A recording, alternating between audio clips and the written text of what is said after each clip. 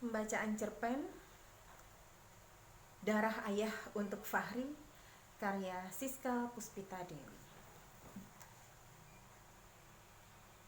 Ngapain sih ayah ngatur-ngatur? Yang sopan kamu sama orang tua.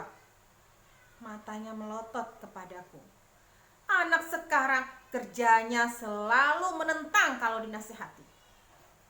Aku mau pulang malam kek, nggak pulang kek, bukan urusan ayah. Kuucap keluh dengan suara lantang. Urus saja ibu tiri dan adik. Fahri, bentak ayah. Apa aku pernah ada dalam hidup ayah? Apa ayah peduli sama aku? Sejak ibu meninggal, gak pernah ada yang peduli sama aku. Aku mati pun belum tentu ayah menangisi kepergianku. Pak! Tamparannya mendarat tepat di pipiku. Wajahnya memerah dan dadanya naik turun dengan napas menderu. Begitulah sikap ayah saat menghadapiku.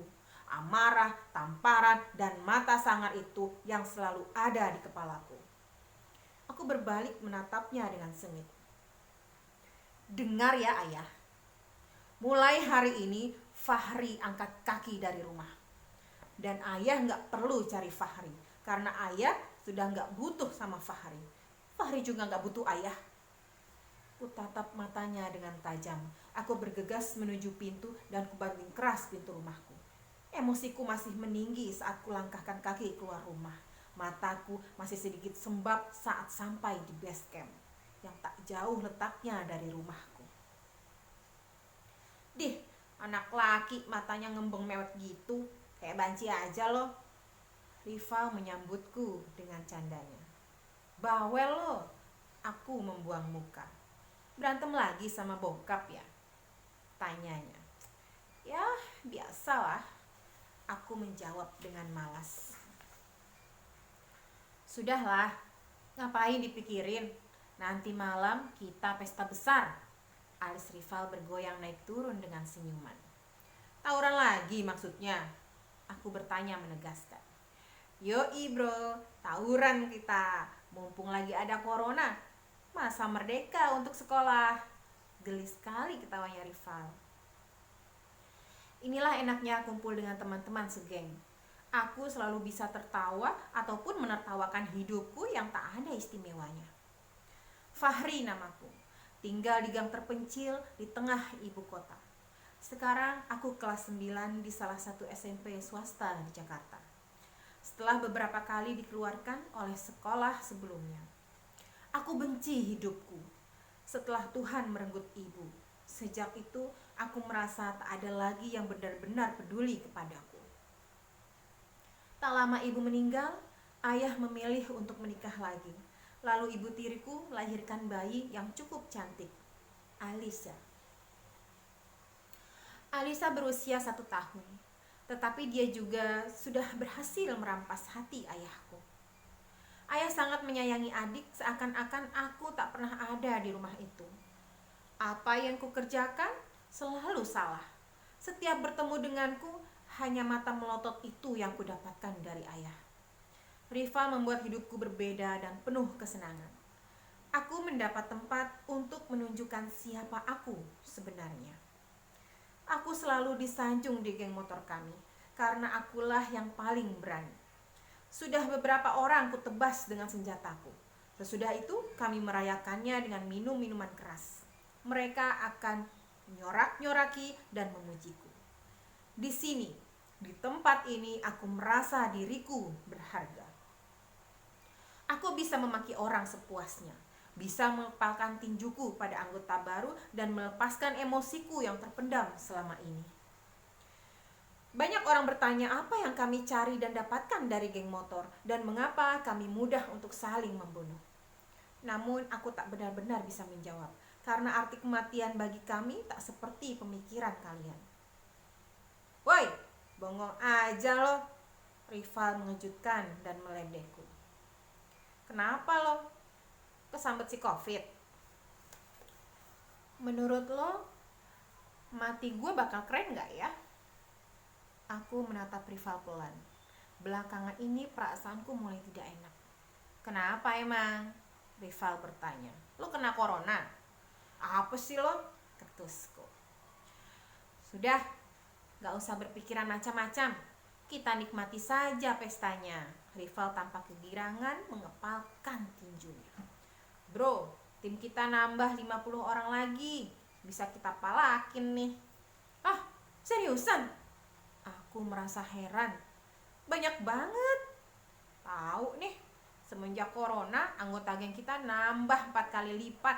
Mungkin gabut kali tuh bocah di rumah. Celotehan rival sontak membuatku tertawa. Belajar gak belajar juga gak ketahuan. Palingan di rumah tiktokan doang sama joget-joget sambil dengerin emak-emak ngoceh.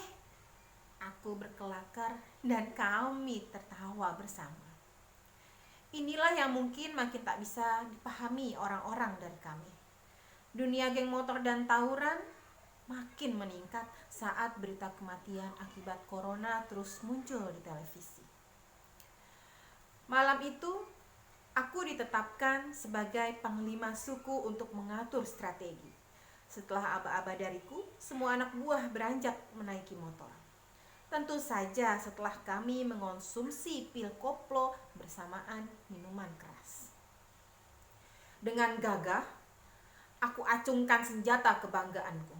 Parang sepanjang 1,5 meter. Hiruk pikuk dan teriakan yel-yel pun menyemangati kami. Suara knalpot yang menjerit-jerit bersama kepulan asapnya bersatu padu memecah malam.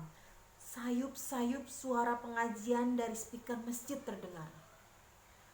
Tawariang anak-anak buahku seketika berhenti. Baru saja kami keluar dari daerah kami, ternyata musuh yang jumlahnya berlipat langsung menghadang. Apakah kami gentar? Kami justru makin panas untuk menerjang. Minuman keras dan obat-obatan telah mempengaruhi kami. Kami merasa ini seperti bermain perang-perangan sewaktu kami kecil. Serbu! Kukibaskan tangan sebagai kode. Mereka memarkirkan motor sekenanya dan langsung berhamburan menuju lawan, sembari menyabetkan senjata mereka pada sembarang musuh yang dijumpai. Beberapa teriakan kesakitan kadang membuat ngilu. Darah mulai berceceran, entah darah siapa. Otakku tak dapat berpikir. Aku hanya kaget. Kenapa tim musuh sepertinya sudah membentuk tim khusus untuk menyerangku? 7 orang itu benar-benar mengarahkan celurit, parang, dan senjata lainnya ke arahku. Apa mereka mau balas dendam padaku? Aku berlari sekenanya. Aku benar-benar tak mampu melawan. Saat lariku sedikit terhenti karena mulai kehabisan napas, tangan kananku tersabet celurit. Perih. Aku terus berlari menuju masjid yang mulai ramai dikunjungi bapak-bapak. Berharap musuh memilih mundur daripada ditangkap warga. Aku menengok. Aku salah besar. Mereka tetap mengejar. Aku tersungkur kelelahan. Mungkin inilah akhir hidupku. Sesosok tubuh memelukku, melindungiku dari sabetan parang yang diarahkan padaku. Aku mendengar beberapa kali tikaman. Suara makin gaduh. Bapak-bapak yang hendak menuju masjid sepertinya melawan sekumpulan orang yang menyerangku. Aku benar-benar tak tahu apa yang terjadi saat itu. Aku yang tersungkur dengan wajah menghadap tanah, mencoba bangkit dan menengok kepada sosok tubuh yang menindih.